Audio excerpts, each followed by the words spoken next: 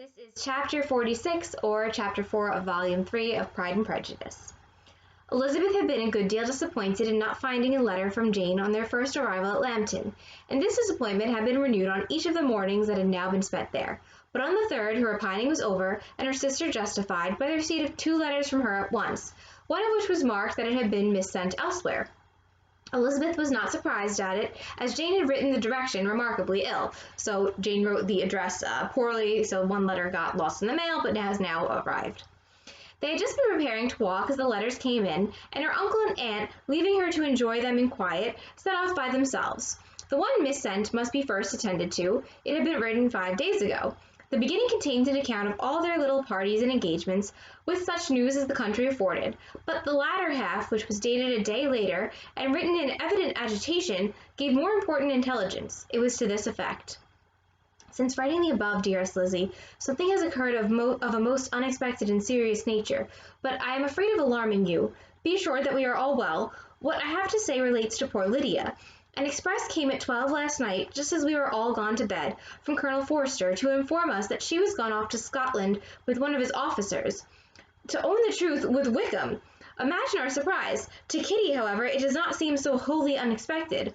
I am very, very sorry, so imprudent a match on both sides, but I am willing to hope the best, and that his character has been misunderstood.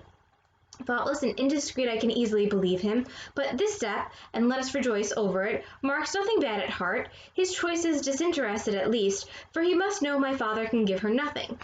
Our poor mother is sadly grieved. My father bears it better.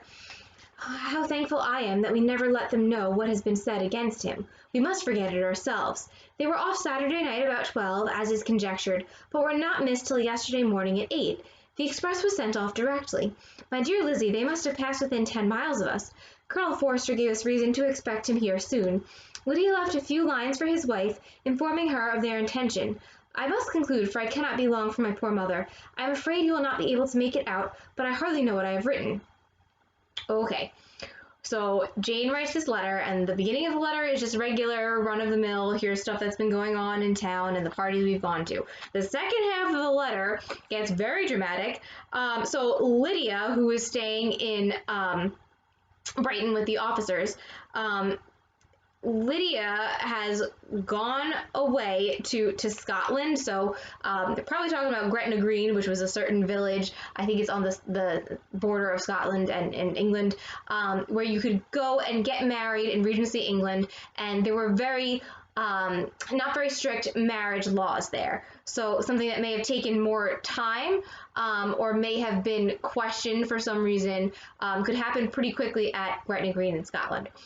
So it's pretty much like the Las Vegas of Regency England, where you can just get married real quick, not with too many questions being asked. Okay, so she goes off with Wickham. Kitty's not that surprised. Remember, Kitty's been getting these letters from Lydia, who's writing, and there's a lot of underlining, and Kitty doesn't show these letters to anyone. Those letters probably had stuff like, "Oh my God, I love Wickham," and all of that. So Jane says that I'm willing to hope the best, and maybe we just misunderstood his character, very Jane Bennet-ish of her. Jane says that it doesn't show anything bad in Wickham's mind. It's, he's not, Wickham's choice is disinterested, so he's not, going after any particular motive. Mrs. Bennet is really upset about this. Mr. Bennet is okay with everything, but it's just kind of shocking news that they're going to run away to get married together, Lydia and Wickham. Without allowing herself time for consideration and scarcely knowing what she felt, Elizabeth, on finishing this letter, instantly seized the other and, opening it with the utmost impatience, read as follows. It had been written a day later than the conclusion of the first. Oh, and also they know that Lydia and Wickham are going to get married, because Lydia had written a letter to Colonel Forster's wife, who she's friends with, saying that. Okay, so Elizabeth now opens the second letter from Jane. By this time, my dearest sister, you have received my hurried letter. I wish this may be more intelligible, but though not confined for time, my head is so bewildered that I cannot answer for being coherent. Dearest Lizzie, I hardly know what I would write, But I have bad news for you, and it cannot be delayed. Imprudent as a marriage between Mr. Wickham and our poor Lydia would be, we are now anxious to be assured it has taken place, for there is but too much reason to fear they are not gone to Scotland. Colonel Forster came yesterday, having left Brighton the day before, not many hours after the express.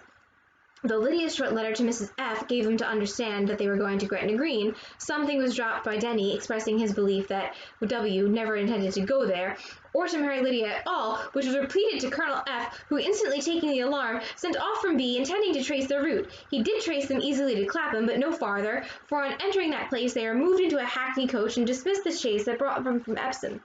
All that is known after this is that they were seen to continue the London road. I know not what to think. Notice too, as Jane's writing this, that she's starting to abbreviate. So B is Brighton, Mr. F is Colonel Forster. Sorry, Colonel F is Colonel Forster. So she's in such a hurry to get out this information that she's writing really quickly and not even writing out full names. So now what they found out is not that Lydia and Wickham are going off to Gretna Green to get married, but there just may not be a wedding, and they just may be away and alone together. In Regency England, this is extremely scandalous. This is even worse than Georgiana and Wickham almost eloping. That would be embarrassing and possibly damaging to Georgiana's reputation. If Lydia's just off with Wickham somewhere, alone together, and they're not married, this is incredibly scandalous and would really damage, if not completely ruin, Lydia's reputation. It's so bad that in Lizzie Bennet Diaries, really cute YouTube series, which modernizes Pride and Prejudice, in the Lizzie Bennet Diaries adaptation, spoiler alert for that, they compare Lydia and Wickham running away together and not getting married to someone releasing a sex tape. So it's something that's incredibly scandalous, really damaging for someone's reputation, and would completely, ruin Lydia's future. So also, aside from the scandal, they don't know where on earth Lydia is. They may have gone to London, but she's just gone. This is a 16-year-old girl, and yes, your age standards were somewhat different in Regency England. You could get married at 16. But this is a 16-year-old girl, and that her family has no idea where she is, just that she's off with some guy who we know is not a good person. All right. So Colonel Forster comes to tell them that he kind of lost them. All that is known after this is that they were seen to continue the London road. I know not what to think. After making every possible inquiry on that side, London, Colonel F. came into Hertfordshire, anxiously renewing them at all the turnpikes, and at the inns in Barrett and Hatfield without any success. No such people have been seen to pass through. With the kindest concern he came on to Longbourn, and broke his apprehensions to us in a manner most creditable to his heart. I am sincerely grieved for him and Mrs. F., but no one can throw any blame on them. And again, remember, this is a letter written by Jane Bennet, who we know does not like to think ill of people. And she's saying that Colonel Forster told them in the gentlest way possible that he doesn't know where Lydia is, and that he seems to genuinely care and be concerned, and that no one can blame them. I don't know, losing a guest in your house, it's not the greatest.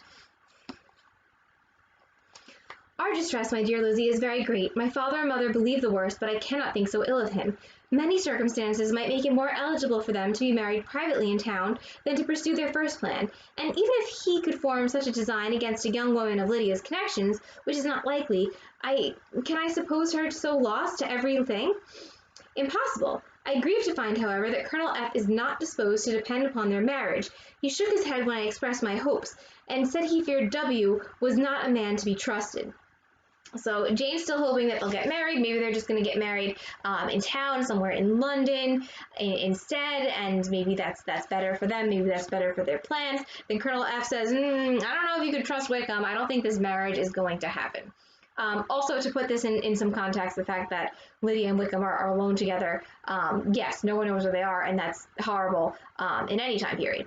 But also consider that when Mr. Darcy accidentally showed up to Charlotte and Mr. Collins' house, and he's alone with Elizabeth, he apologizes for being alone with Elizabeth. He thought that the rest of the ladies would also be at home. So he's embarrassed by even that, that two people of the opposite gender are alone together. So this is pretty bad. My poor mother is really ill and keeps her room. Could she exert herself, it would be better, but this is not to be expected. And as to my father, I never in my life saw him so affected. Poor Kitty has angered for having concealed their attachment, but it was as a matter of confidence, one cannot wonder. But as it was a matter of confidence, one cannot wonder. So, Kitty's annoyed that she withheld this information. People are annoyed at Kitty that she withheld this information. But again, Jane says, oh, but, you know, Lydia made her promise that she wouldn't tell anyone, so she was trying to keep a secret. So again, Jane very generously gives Kitty the benefit of the doubt. I am truly glad, dearest Lizzie, that you have been spared something of these distressing scenes. But now, as the first shock is over, shall I own that I long for your return? I am not so selfish, however, as to press for it, if inconvenient. Adieu. I take up my pen again to do what I have just now told you I would not. But circumstances are such that I cannot help earnestly begging you all to come here as soon as possible. So just a feature of the text to note that Jane signs off and writes, adieu, I'm glad that you weren't, Jane tells Elizabeth, I'm glad you weren't here at Longbourn for all of this distress. Mrs. Bennet is just in her room, really upset. Even Mr. Bennet is very upset now. At first he wasn't too worried, but now he's pretty upset. So she says, Jane tells Elizabeth, I wish you would return, but I don't want you to stop what you're doing and stop your enjoyment. Goodbye. And then immediately following that, so Jane must have again later on, or perhaps soon after, picked up her pen again to write more, because now her emotions have changed and circumstances are different. I take up my pen again to do what I've just told you I would not, but circumstances are such that I cannot help earnestly begging you all to come here as soon as possible. I know my dear uncle and aunt so well that I am not afraid of requesting it, though I have something still more to ask of the former. My father is going to London with Colonel Forster instantly to try to discover her. What he means to do, I am sure I know not. But his excessive distress will not allow him to pursue any measure in the best and safest way, and Colonel Forster is obliged to be at Brighton again tomorrow evening. In such an exigence, my uncle's advice and assistance would be everything in the world. He will immediately comprehend what I must feel, and I rely upon his goodness. So then Jane writes that Mr. Bennet is going to London to try and find out where on earth Lydia and Wickham are. He's very distressed, and we have not really seen a very distressed Mr. Bennet. We've seen a very sarcastic Mr. Bennet, but now he's seriously concerned for his daughter's well-being. Jane says that Mr. Bennet's going with Colonel Forster, but Colonel Forster has to be back in a day, so Colonel Forster can't stay very long with Mr. Bennet in this search. So she asks if Mr. Gardiner will come with Mr. Bennet, because Mr. Bennet is not acting in a very rational or safe way, and he needs someone to kind of help him and also like calm him down. So Jane asks if Mr. Gardiner will come help Mr. Bennet search for Lydia and Wickham, and then if Elizabeth will come home. Oh, where is my uncle? Cried Elizabeth, darting from her seat as she finished the letter, in eagerness to follow him, without losing a moment of the time so precious. But as she reached the door, it was opened by a servant, and Mr. Darcy appeared.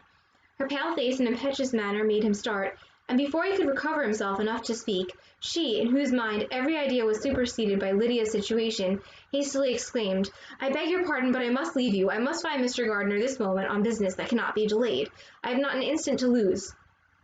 Good God, what is the matter? Cried he, with more feeling than politeness. Then, recollecting himself, I will not detain you a minute, but let me or let the servant go after Mr. or Mrs. Gardiner. You are not well enough. You cannot go yourself.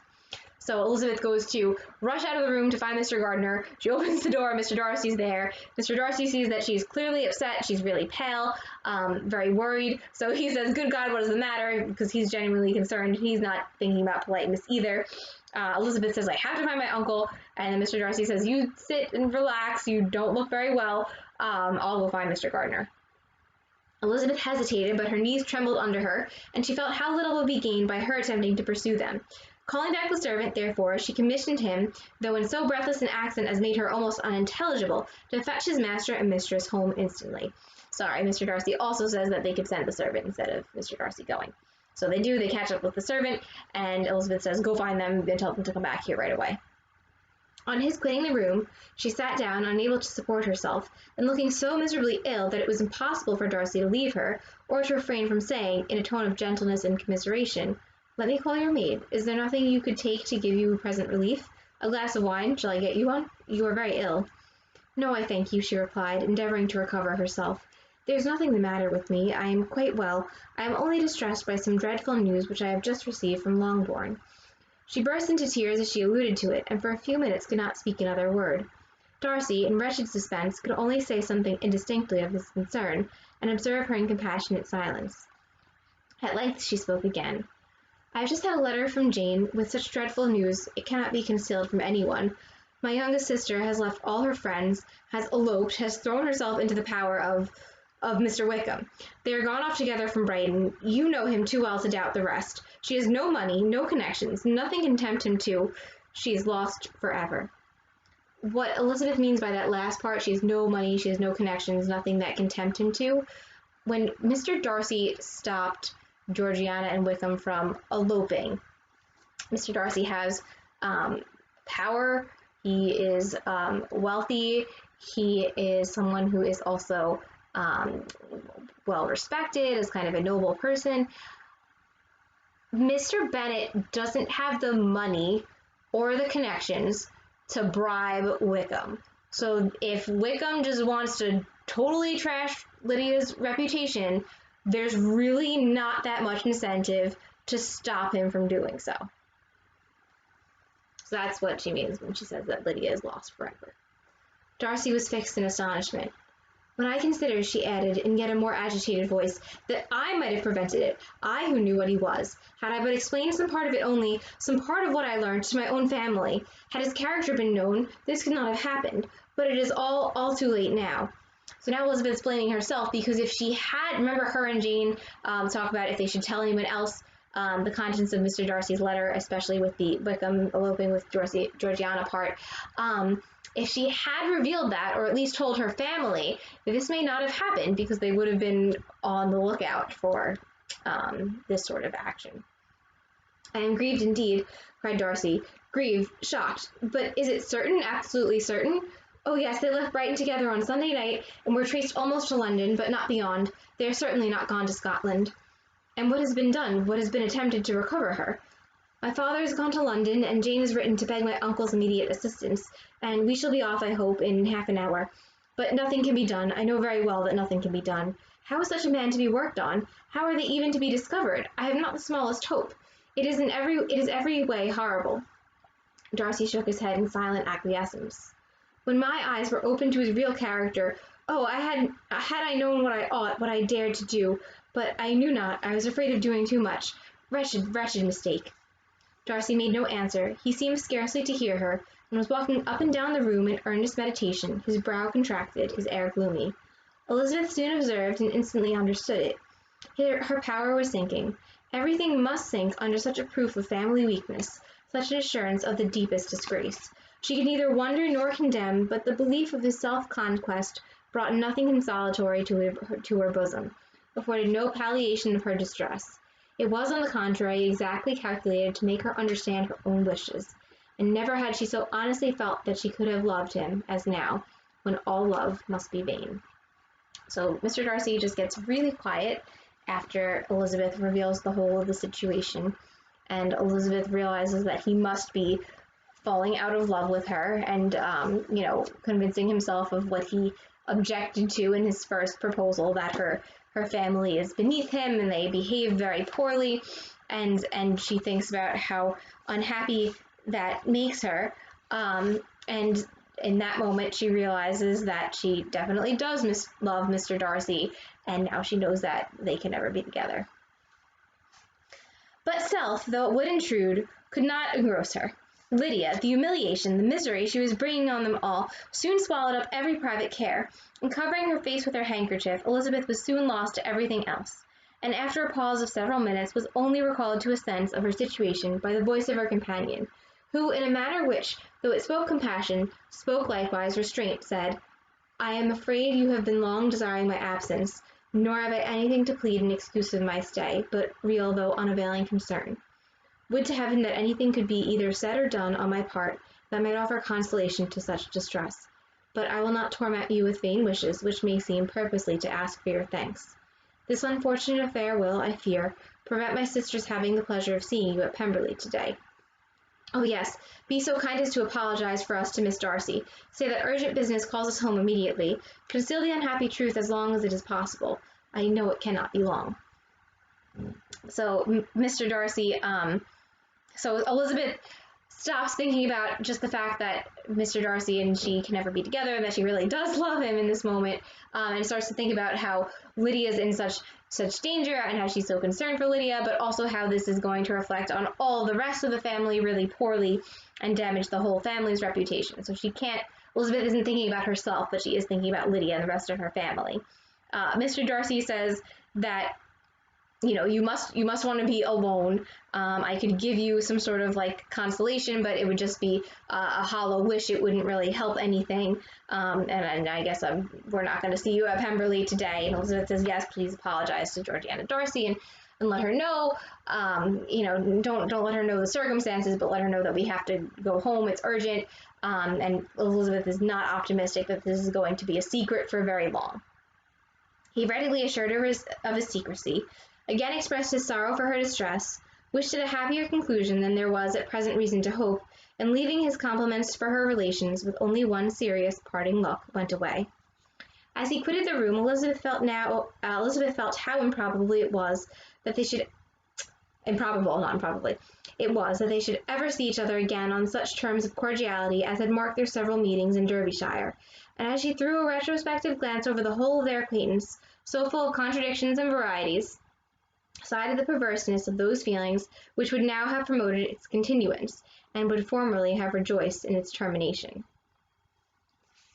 If gratitude and esteem are good foundations of affection, Elizabeth's change of sentiment will be neither improbable nor faulty. But if otherwise, if the regard springing from such sources is unreasonable or unnatural, in comparison of what is so often described as arising on a first interview with its object, and even before 2 words have been exchanged, nothing can be said in her defense, except that she had given somewhat of a trial to the latter method, in her partiality for Wickham, and that its ill success might, perhaps, authorize her to seek the other, less interesting mode of attachment. So this is kind of more Jane Austen commentary than Elizabeth's thoughts or the reflections of any characters.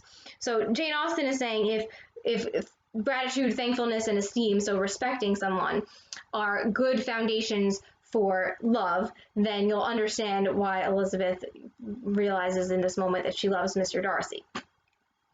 If not, if you think about what is often described as love, just love at first sight, you see someone and without anything even being said, people are just instantly attracted to each other. We can't excuse Elizabeth's behavior if that's the case. But Elizabeth tried that, had a first attempt with Wickham. She liked the way that Wickham looked without really knowing the person he was, and it did not work. And so that its ill success might perhaps authorize her to seek the other less interesting mode of attachment. So because just based on someone's look and initial appearance, because that was an unreliable method of falling in love, Elizabeth can fall in love with Mr. Darcy in the less interesting but more emotional way.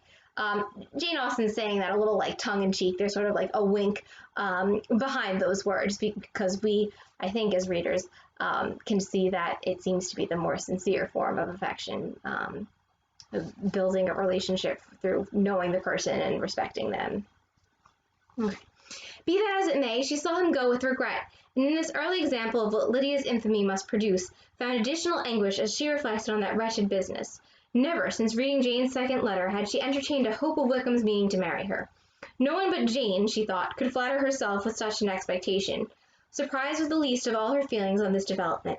While the contents of the first letter remained on her mind, she was all surprise, all astonishment that Wickham should marry a girl whom it was impossible he could marry for money, and how Lydia could ever have attached him had appeared incomprehensible, but now was all too natural.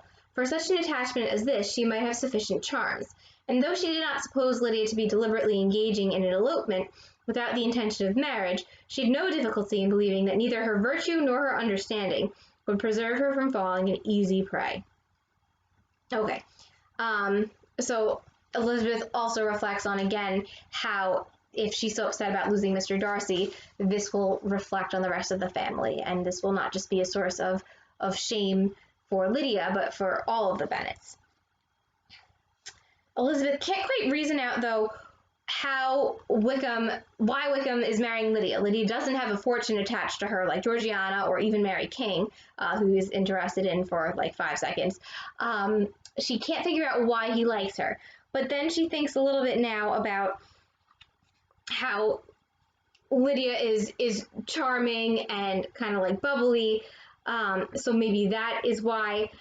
But she doesn't think Lydia would purposely elope with Wickham if Lydia wasn't, eventually thinking that they were going to get married. So Elizabeth can't believe that Lydia would deliberately behave that scandalously, but she does think that Lydia's maybe not the most moral and maybe not the smartest, and that she will be manipulated by Wickham. Not that there's a little bit of fault with Lydia for this in Elizabeth's mind, but she doesn't feel like Lydia will be able to properly defend herself or say no to Wickham, which is a scary thought. She had never perceived, while the regiment was in Hertfordshire, that Lydia had any partiality for him, but she was convinced that Lydia had wanted only encouragement to attach herself to anybody. Sometimes one officer, sometimes another, had been her favorite, as their attentions raised them in her opinion. Her affections had been continually fluctuating, but never without an object. The mischief of neglect and mistaken indulgence toward such a girl. Oh, how acutely did she now feel it. So Elizabeth thinks back, and she didn't see Lydia particularly interested in Wickham, but she was very interested in all the men in the regiment, so she probably just needed a little encouragement from him. And we know that he is a very manipulative and persuasive person. She was wild to be at home, to hear, to see, to be upon the spot, to share with Jane in the cares that must now fall wholly upon her, in a family so deranged, a father absent, a mother incapable of exertion, and requiring constant attendance. And though almost persuaded that nothing could be done for Lydia, her uncle's interference seemed of the utmost importance. Until he entered the room, the misery of her impatience was severe. So Elizabeth thinks about how Jane must be feeling with all of this chaos in the family, and she wants to get back to help Jane.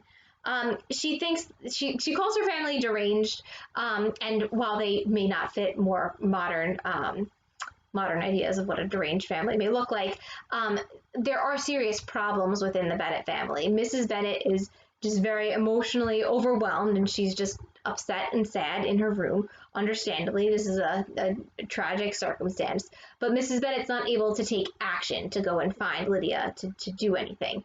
Mr. Bennet is absent, and I think that Elizabeth is thinking it in the sense that he's left home, so because he's leaving to go find Lydia and Wickham, he can't be there to support his family emotionally at this time, because he's, taking action. But Mr. Bennet is also emotionally absent prior to this point in the book. We've seen him be very sarcastic when Mrs. Bennet is extremely invested in something. We've seen him joke around about just about everything. Even when Elizabeth mentions to him, don't let Lydia go to Brighton, she's going to really embarrass herself, he kind of laughs it off. So in that sense, I think Mr. Bennet is not so present in his family emotionally as he perhaps could be.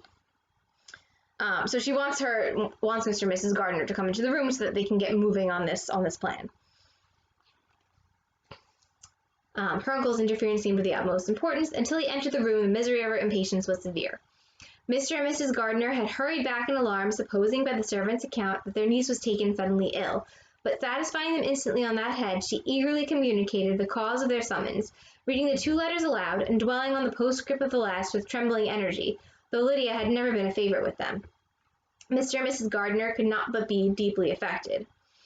Not only Lydia, but all were concerned in it, and after the first exclamations of surprise and horror, Mr. Gardiner readily promised every assistance in his power. Elizabeth, though expecting no less, thanked him with tears of gratitude, and all 3 being actuated by one spirit, everything relating to their journey was speedily settled. They were to be off as soon as possible. But what is to be done about Pemberley? Cried Mrs. Gardiner. John told us Mr. Darcy was here when you sent for us. Was it so? Yes, and I told him we should not be able to keep our engagement. That is all settled. What is all settled? Repeated the other, as she ran into her room to prepare. And are they upon such terms as for her to disclose the real truth? Oh, that I knew how it was. But wishes were vain, or at best could serve only to amuse her in the hurry and confusion of the following hour. Had Elizabeth been at leisure to be idle, she would have remained certain that all employment was impossible to one so wretched as herself. But she had her share of business as well as her aunt's, and amongst the rest there were notes to be written to all their friends at Lambton, with false excuses for their sudden departure. An hour, however, saw the whole completed, and Mr. Gardiner meanwhile, having settled his account at the inn, nothing remained to be done but to go. And Elizabeth, after all the misery of the morning, found herself, in a shorter space of time than she could have supposed, seated in the carriage and on the road to Longbourn. So the Gardiners come, and of course they realize how serious the situation is, how this will affect not only Lydia, but the whole Bennet family, and they all rush to Longbourn. They're able to get everything settled, and to leave in about an hour, and to head back to Longbourn to see what will happen. And that's chapter 4. Well, I'm sorry, that is chapter 4, volume 3, or chapter 48 of the whole book.